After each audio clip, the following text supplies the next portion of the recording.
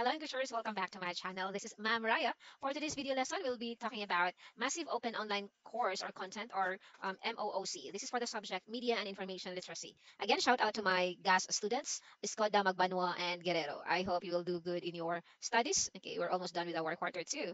Okay, and here, since we talked about the Massive Open Online Course, so we have definition for each. Oh, okay, I'll just have to speak in vernacular or Bisaya, okay, para mas masabtan sa tanan, no? Okay. So naman pag massive, so pasabot daghan siya no. Okay, massive daghan ang maka-ginansya, di sa ginansya, daghan ang maka-benefit niya. Okay, so possible nga more than 100,000 ang mga estudyante sa MOOC. Okay, when we say open, so pwede bisan kinsa, bisan asa, pwede mo register ani nga mga courses. Okay, it's courses, sorry, kung anday are. Okay, online, so tanan nga kurso ani niya or imong giko nga gusto nga kurso kay naa dapat internet. Okay, since it's online man, so imuhang mga modules baron or imong mga activities, imong mga output dapat through online radyo ang imuhang pag-submit ato nila. So you need to have internet connection. Okay, the courses offered here for MOOC kay parehas ra pud sa mga courses nga gi-offer sa mga physical universities or colleges kung asa man ang imuhang lugar. Okay, so mo na siya MOOC. Okay, so let's have the next part. Okay, for online courses, that's revolutionized education globally, okay, by providing unprecedented access to high-quality courses from prestigious institutions. Okay, para dili ka maglisod nga ganahan ka makuha ng kurso ha pero naa sa Manila. Okay, naa baron sa Makati. Okay, so ang pagbiyahe naman ng padungan tunoy mahal kayo ang ticket sa eroplano. So pwede ra din mo siya kuhaon. Okay, check lang ka, search lang ka sa internet kung ang katong university mo imong ganahan or imong ang kurso imong gusto kuhaon. Okay, basin posible na adi sa mga universities nga pwede ra sila online. Okay, so possible. Okay, for the MOOC overview, it offers flexibility, allowing individuals to learn at their own pace, accommodating diverse personal and professional schedules. Okay, we have examples. Actually, we do have other examples in the latter part of our presentation, aside from edX and MicroMasters. Okay, so they also offer professional certificate programs during the modular qualifications that enhance skills and facilitate career advancements. Okay, so nindot siya kung ikaw lang, o kanang mga 2-year course lang imo, kay ganahan ka nga makakita na jud kag trabaho, nga makatabang na jud ka sa imong pamilya, kay layo na kay ang 4-year nga course para nimo. Okay, so pwede ra jud to nga online lang ka. So ang mga make sure lang sad nga mga online courses imong kwaon dapat na ay mga certificate. Kaya kung wala certificate, mahug na walay kwenta imong gieskwelahan. Sayang-sayang lang kasi imong oras. Kaya ang pangitaon sa kumpanya, imong applyan kay ang certificate man. Kung walay papel, okay, walay kwenta tanan. So dapat na ikapakita nga document. Okay? Here, democratize education by offering affordability, flexibility, and accessibility, empowering learners with lifelong learning and professional growth opportunities. So pareha ra gyud tanan ang mga gipangayo or mga advantages sa mga ang estudyante nga nag-eskwela sa physical school o sa mga online learning. So mas kuan pa gani gi-offer gani affordability niya, flexibility. Okay, kay with your own pace man. So ikaw ra kanus ara ka ganahan mo buhat, but dili sa nga ganahan to the extent no kay naaman sa nay deadline nga kanus ani mo dapat i-pass. So kung naay time dapat buhaton para dili mag cramming na. Okay, these wearable technologies, okay, refer to electronic devices that you can wear on your body. Okay, so it could be jewelry, or accessories, medical tools, and clothing with embedded technology. So para sa any smartwatch. So these are the technologies designed to make our lives easier and more connected, whether it's for health monitoring, communication, or enhancing everyday experiences. For the convenience of everyone, so muna nga naa kay smartphone, kaya nga pwede nimo ma-video call imong kastorya. Oh, so naay mga smartwatch no nga monitor sa imong health, if sakto ra ba imong mga BP diha. Oh, so naa sa mainan. O kana inyong mga yung headset nga ipanggamit, mga AirPods ninyo, sige, for your convenience nga dili na ka magsige hassle sa mga kasakay nimo sa bus. Nga ikaw ra man antay naman minaw ya na sila tanan nakadungog. Dili man tanan maka-enjoy sa imong music na lain man sa tag trip nga music, di ba? Okay. So let's go to the next slide. Okay, so these are some of the examples of wearable technologies. So, itong hearing aids nga gamiton sa mga dili kayo kadungog wala problema sa pandungog. Okay, holographic computer. Okay, so mo-expand mo ang computer no or kung una kay gusto mo pangitaon na to nga part or bisan ang graph mismo. So yeah, Google Glass. This one is I'm not sure if kana na approve ba ni siya. Kadito rin siya ni gawas dahil wala nagi-approve ba so wala dayon siya na kuana, wala siya napagawa sa market. Okay, virtual reality headset. So naa ni siya. Okay, kung anak mo og mga contractors, okay, just kidding. Yeah, pwede din mo ma-enjoy sa imong balay. Okay, so if you have that one, it's quite expensive though. Okay, pero if isave lang nimo, makakuha ra sa gana. Okay, we also have 3D objects and 3D environments. These are digital spaces where scenes and objects are created in 3 dimensions using computer-generated graphics. So katong mga computer-aided design, mga CAD, so pwede to nilang i-move ang katong imong gidrawing into gikan sa flat, so mahimo siyang 3D no, almost similar sa atong original nga gidrawing or ang balay. So pwede palihukon. It also allows for the creation of realistic visuals that closely mimic real-world settings, making it invaluable for professionals. So, mo to nga, mas ma-impress ang imong client kung ang imong gidrawing, imong i-present imo sa client mo lihok. So, mas ma-visualize man sa imong client nga, uy, mo ni akong gusto nga design sa ko ang kusina, sa kong sala, so makita niya kung pila ka buok or pila mismo ang sukod sa iyang balay tanan. So, mo na sa 3D objects. Pwede na siya mamahitaw trabaho nga CAD. Okay, CAD, it's computer aided design. So, kanang mga hilig og drawing, so pwede na ninyo kuan na siya, skills po na siya nga inyo magamit sa ako lang i-skip ha kay mo lang performance task ako students. Skills na inyo magamit nga pwede ninyo makitaan, maka-earn mo na dako ka kwarta no. Dako-dako man sila sila sweldo. Okay. So we also have two types of massive online courses here. So na-mention din na to ganina. Okay, the first one is XMOOCs. X here stands for extended MOOC. Yung sa man extended. Okay. Extended, they are based on traditional university course structures. It make use of established teaching approaches and materials. They are also typically self-contained and rarely utilize content external to the main content, delivery, and learning platform. So based on traditional university course structures. Pwede man good, posible man good na imong physical university kini extend sila sa online, okay, or mga online courses or universities kay nga imuha sang ma-view na nimo or ma-browse pud nimo sa online. So mo na siya extended kumbaga. Okay, the other type is the CMOOCs. Okay, C stands for connectivist. Okay, connectivist is based on the connectivist learning model that favors collaboration among learners as a form of active learning. Okay, students in CMOOC work together to locate, evaluate, and contribute to the course content. Pwede ang imong mga classmate ani na sa Europe, okay, na sa US, sa other nga state.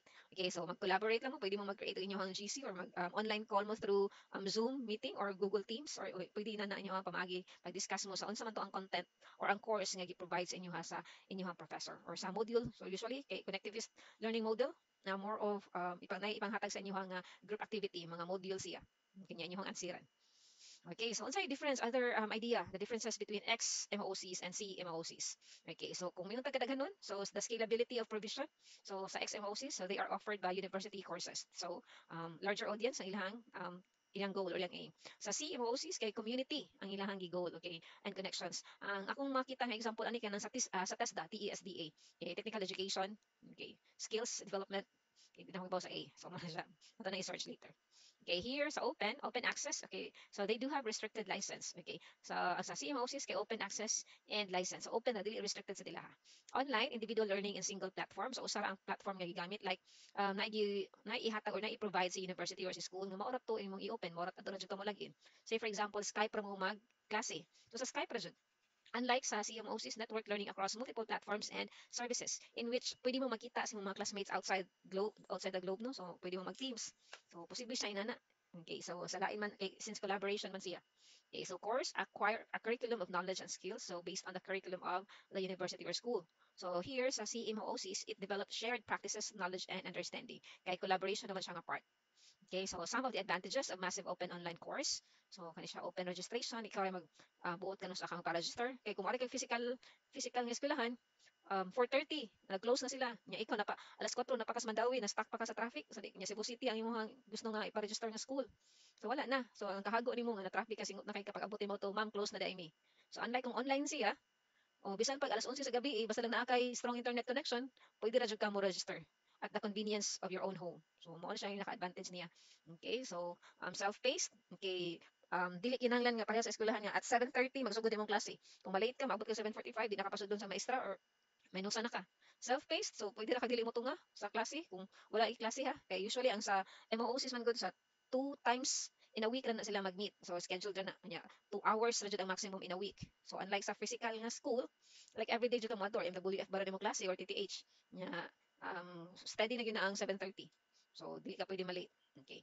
So start and end sa dates, college credits. Pwede again, ang importante lang dyan nga, hindi kuha nimo sa MOOC nimo nga course kay dapat naa siya mga certificate, okay, of completion para ma-credit siya sa college if ever man mag-change na ka og physical university. So learning community, scripted assessments and feedback. So pwede man ka mag naka-script nga kuhaon. Nasa yung mga online courses no nga kung hagbong ka sa first quiz kay pwede nimo i-retake. Kay basta lang until such time nga ma-meet nimo ang katong 80% nga score nga kinahanglan. Kung sa physical pa nga eskwelahan kay kung first quiz ninyo nya 3/15 ka, Mao na kas maestra nga ma'am pwede mo retake, dili naman pwede. Yung man naman ang exam na answer. So nahagbo na kaditso. So mo na siya another advantage okay sa MOOC. Okay, the first one we have here is relaxed requirements. MOOC can be taken by anyone who is interested in the subject matter and able to access the course regardless of age, background, or location. Bisan pila man na imong edad, mas 50 man ka or mas 60, basta interesado ka, tudluan lang ka sa pag-register. Okay, anak man ka sa kontraktor o asawa or unsa man imong background, social status nimo, asa man ka nagpuyo, pwede ra jud na basta kay naa ka internet. Okay, mao ra jud na importante. Okay, mo na ang basic requirements. Ganina I tried enrolling in one of the courses nga gi-offer sa TESDA. So wala ray ipangayo sa requirements kung wala tanawon na to kung ang kurso nga gi-provide kay hanay sa imuha or naka align ba siya sa imuhang gusto. So pwede ra jud ka ma-enroll. Okay, another advantage of MOOC is the video format availability. Okay, teaching in a modern video format, okay, not just the text like those you usually have in your physical classroom, no? So in e-learning courses, you have video lessons okay, from teachers. Okay, which is more nindot kay nakaiнаlimtan, pwede nimo balikon og tan-aw, i-replay nimo ang video ni teacher. Okay, accessibility, learning content from top universities like Harvard, Stanford, and others can be opened through online format.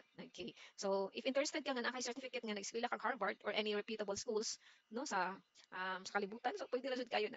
Okay. So if makaya lang sa nimo ha. Okay. Repetition, an MOOC will often run 2 or 3 times a year, ensuring that students would not miss their chance. Okay, so say for example, ang online course nga mag-take will have 3 months. Okay nya. Wala ka nakapasar siguro, posible siguro nga dili ka makapasar kay wala siguro ka ni submit sa gihatag nga deadline. So tagaan ka og failing grade. So pwede ka mag-re-enroll. Okay, so ang katong course nimo i-offer man gihapon siya sa next semester baron or next trimester.